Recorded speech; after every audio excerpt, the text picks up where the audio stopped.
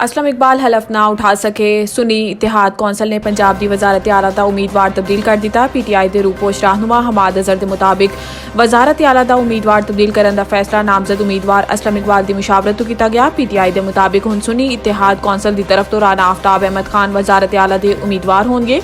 पंजाब विच वजारत आला ਲਈ पाकिस्तान मुस्लिम लीग नून पहले ही मरीम नवाज ਨੂੰ नामजद कर चुकी है। ताहम इन्हां दा मुकाबला सुन्नी इतिहाद दे मियां असलम इकबाल दे बजाय राना आफ्ताब अहमद खान नाल होएगा।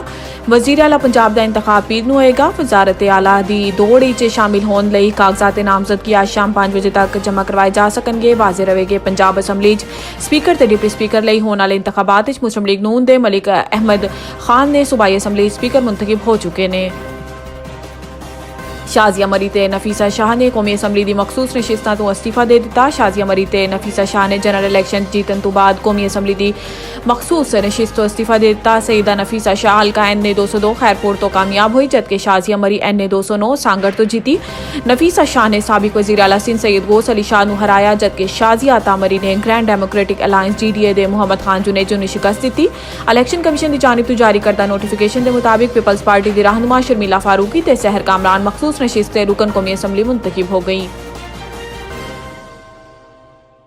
नई कौमी असैम्बली नौजवान 4% तो कम 13 मेंबरान जिंदगी की 75 बहारां देख चुके ने। इलैक्शन सैल की तहकीक दिलचस्प अदादोशुमार सामने आ गए ने। नए अदादोशुमार के मुताबिक कौमी असैम्बली दरमियानी उम्र के मेंबरान 52% तो भी ज्यादा ते नौजवान की तादाद 4% तो भी घट है। अदादोशुमार के मुताबिक 265 तो सिर्फ 10 नौ मुंतखब मेंबरान नौजवान ने, जिन्हों की उम्र 26 तो 35 साल के दरमियान ने, जबकि 93 मेंबरान की उम्र 46 तो 55 साल के दरमियान ने।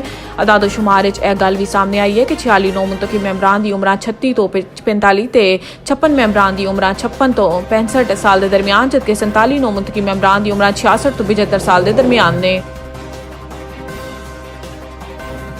ओवरबिलिंग का तनाज़ा शिद्दत इख्तियार कर गया। लेस्को चीफ तो इल्जामात छुपाने ते वजाहत तलब। जराए के मुताबिक नेपरा ने लेस्को चीफ तो ओवरबिलिंग छुपाने के इल्जामात ते वजाहत तलब कर ली। जराए का दसना है कि नेपरा ने वजारत तवानाई तो लेस्को फील्ड अफसरान के खिलाफ कार्रवाई का मुतालबा किया है। नेपरा जराए का कहना है कि ओवरबिलिंग वाली डिवीजनस ते सब डिवीजन के एक्सीएंस ते SDOs तब्दील होंगे।